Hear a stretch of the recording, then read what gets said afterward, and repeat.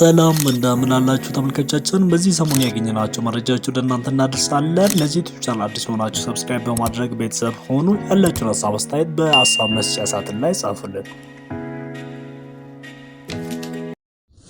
ግን አይታይም፣ እንደደከመኝ አይታይም። ለብሼ እስኪስታ አይታይም እንደደከመ ወይኔ ደክሞኛል እስከም የሞከርኩ በቃ ሁሉም ያስደስት የሞከርኩ ነው ግን አልቻልኩም። በቃ ነውር ጌጡ የሆነ ትውልድ ከእናት ተፈጥሮ እናትን እየሰደበ የእናትነት ዋጋን ያሳጣ ትውልድ። እንዴትስ አንዲት ፍሬ ታዳጊን እናት የሆነችን ሴት በራሷ መጣጣር መቆም የምትሞክርን ሴት ለማሸማቀቅ ያን ያህል ርቀት ተጓዛችሁ? እሷ ራሷ ልጅ ሆና ልጇን እንዴት አድርጋ የሚታሳድግ እናት እንደሆነች የማታውቁ ምን አይነት ጊዜ ላይ ነው የደረስነው? ባወራችኋት አፍ ተነስታችሁ ይቅርታ ጠይቁ። ዋንቲያ እግዚአብሔር ነው ምላችሁ። የሳውዝ አፍሪካ ኮሚኒቲ እዚህ ጉዳይ ላይ ዝም ይላል ብዬ አላስብም። ይህ ስለ አንድ ግለሰብ ምንጮሆ ጩኸት አይደለምና ተሳደቡ የተባሉትን ግለሰቦች እኔ አላቃቸውም፣ ግን ንግግራቸው ጸያፍ፣ የአንድን ሃይማኖት፣ ብሔር፣ ቋንቋ የማይወክሉ ግለሰቦች ናቸው። ሴት ልጅ ያለው እህት፣ እናት ያለው እንደዚህ አይነት ድርጊቶች ድጋሚ እንዳይፈጸሙ መፍትሄ ሳይገኝ ይህን ቪዲዮ ማንም አያሳልፍም ብዬ አስባለሁ። ዝም አልኩኝ በጣም ብዙ ጊዜ ግን አልቻልኩም። አሁን ላይ ደግሞ የነገመኝ ነው እናቴና እንዴ ልንገራችሁ ቤተሰቦቼ። ያው ምንም ቤተሰብ የለኝም ከእናንተ ውጭ። አሁን ደግሞ ግን ሰለቸኝ ነው ህይወት መግፋት ራሱ ከብዶኛል።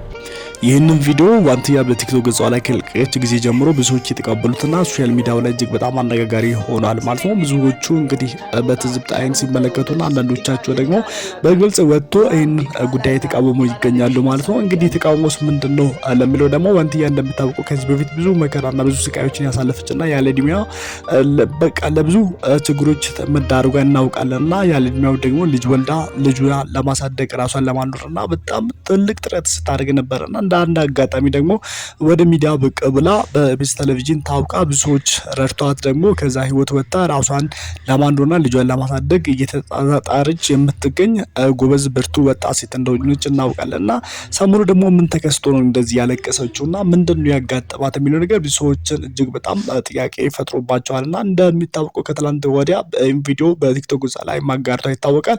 ስታጋራም ደግሞ ያለቀሰች ተስፋ በቆረጠ ድምጽ ነው እንግዲህ ስታወራ የነበረውና ምንድነው ተስፋ ያስቆረጣት? ኑሮ ከብዳት ነው ወይ?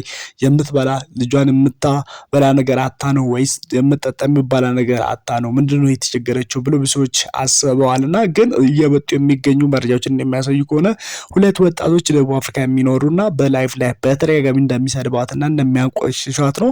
ይህም ደግሞ የተፈጠረው የሆነ ጊዜ ላይ እሷ ወደ ሆሳና ከሄደች ጊዜ ጀምሮ እነዚህ ልጆች በደቡብ አፍሪካ የሚኖሩ የሆሳና ተወላጆች የሆኑና በማንነቷና ከዚህ በፊት በነበራት ማንነት እሷን ያወገዙና ስለዛ መጥፎ ነገሮች እየተናገሩ በተደጋጋሚ ላይቭ ላይ ስትገባ አዘን ገብታ በስነ ስርዓት ላይቭ ላይ ገብታ ከሰዎች ጋር መገናኘትና ከሰዎች ጋር ኮሙኒኬት ማድረግ እንዳልቻለች ነው በእነዚህ ልጆች ምክንያትና ሁሌም በእሷን በመሳደብ ሞራሏን እየሰበራት ይገኛሉና እነዚህ ልጆች እንግዲህ የሆሳና ተወላጆች በደቡብ አፍሪካ የሚገኙ ናቸውና በተደጋጋሚ ይሄ ነገር ሲደጋግሙባት እጅግ በጣም ተስፋ ቆረጠች። እኔ ማንን ማስደሰት እችላለሁ? ሁሉንም ማስደሰት እየሞከርኩ ነው። አሁን ግን በቃኝ፣ ተስፋ ቆርጫለሁ። ከዚህ በኋላ እናት አባት የለኝም፣ ወዳጅ ዘመድ የለኝም፣ ለማን እንደምናገር አላውቅም። ነገር ግን ደግሞ እናንተ ናችሁ ቤተሰቦች በማለት ለሁሉም ኢትዮጵያውያን መልእክቷን ማዳረስ ችላለች ማለት ነው። እጅግ ይሄ በጣም ልብን የመነካ ነው። እኔ በበኩሌ እጅግ በጣም ተሰምቶኛልና በተለይ ደግሞ እህት፣ እናት፣ ሚስት ያለው ሰው እንደዚህ እንዴት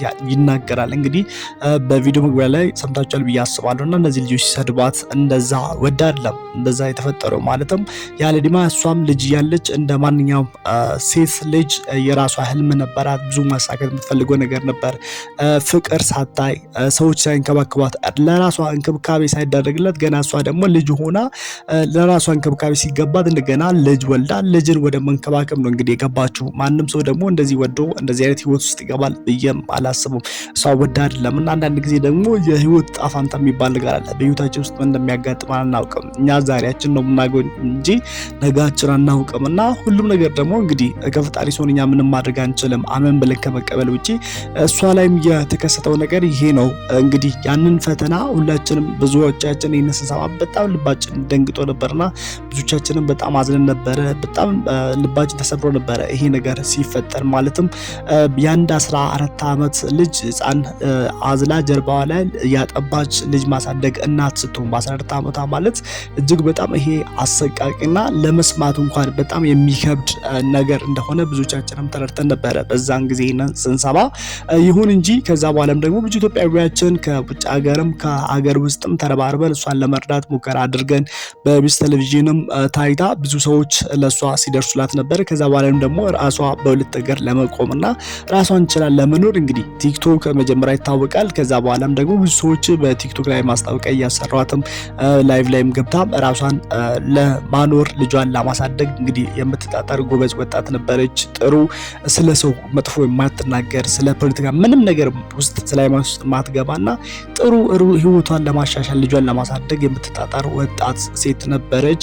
ይሁን እንጂ አንዳንድ ጊዜ እንግዲህ እንደዚህ አይነት ከባህልና ከሃይማኖት ከኢትዮጵያ ባህልና ወግ ያፈነገጡ ነገሮች የምናገሩ ወጣቶች ምናልባት ይሄ ህዝብን አለማክበር ነው፣ ኢትዮጵያዊነትን አለማክበር ነው፣ የኢትዮጵያ ህዝብ አለማክበር ይመስለኛልና እንደዛ ያደረጉ ልጆች እንደዚህ ሞራልን የሰበሩ በተደጋጋሚ ሰደቧት። በጣም ደግሞ ይሄን ቪዲዮ በጣም የገረመኝ ነገር እነዚህ ልጆች ፌስቡክ ላይ አይቼ ነበርና እሷ ይሄንን ቪዲዮ እያለቀሰች ከለቀቀች በኋላ ይቅርታ መጠየቅ ያለባት ለምን ታለቅሳለች እብን በማለት ደረጃ ላይ ደርሷል። እነዚህ ልጆች ምን ተስፋ አድርጎ ነው ይሄን ያህል መተበት ቻሉት? እሷን መንካት ማለት የኢትዮጵያ ህዝብ መናቅ ነው። ምክንያቱም ማለት እሷ ኢትዮጵያ ውስጥ ልጆቻቸውን ለማሳደግ ዋጋ እየከፈሉ ያሉትን እናቶች እሷ ማሳያ ነች ማለት ነው። እና እሷ ማለት እናት ነች። እሷ ማለት ያለ እድሜዋ ተደፍራ እንክብካቤ ሲገባት ልጇን ለማሳደግ እንክብካቤ የምታደርግ የምትጣጣር ወጣት ልጅ ነች። ስለዚህ እሷን መናቅ ማለት ኢትዮጵያን ህዝብ መናቅ ነውና በዚህን ያህል ማንም የላትም ብሎ መደፋፈርና በዚህን ያህል እሷን እስከ ማስፈራራት መድረስ ማለት ቀላል ነገር አይደለምና እነዚህ ልጆች ባሉበት እርምጃ ሊወሰድባቸው ይገባል። እነሱ ያሉበትን አካባቢ ወይም ደግሞ ደቡብ አፍሪካ የሚባለውም እዛ ያሉ የኢትዮጵያውያንም ደግሞ እዛ ያሉ የኢትዮጵያ ኮሚኒቲም ደግሞ አንድ እርምጃ መውሰድ አለባቸው። እነዚህ ልጆች በህግ መጠየቅ አለባቸው፣ ወይም በዛ ሀገር ህግ ወይም በዚህ ሀገር። ስለዚህ እነዚህ ልጆች ይቅርታ እንዲጠይቁ መልሰው እሷን ይቅርታ መጠየቅ አለባቸው ወይም በህግ መጠየቅ አለባቸው የሚል ሀሳብ አለኝ ማለት ነው። ይሄ ትክክል አይደለም። ከባህላችን ከሃይማኖታችን ከወጋችን ያፈነገጠ ጉዳይ ነውና ወንትያ በመጨረሻ ላይ ልልሽ የሚፈልገው ነገር ከዚህ በፊትም ጠንካራ ነሽ፣ ብዙ መከራና ፈተናዎችን አልፈሻል፣ አሁንም ደግሞ ታልፋለሽ። አሁን እያጋጠሙሽ ያሉ ችግሮች ከዚህ በፊት ካጋጠሙሽ ችግሮች የሚበልጡ አይደለም። በፊት እንኳን ብቻሽን ብዙ ነገሮችን ስትታገኝ ነበር። አሁን ግን የኢትዮጵያ ህዝብም ከጎንሽ ይገኛል። ከምንም ነገር በላይ ደግሞ ልዑል አምላክ እግዚአብሔር ካንቺ ጋር ነውና አንቺ ተስፋ አትቁረጪ።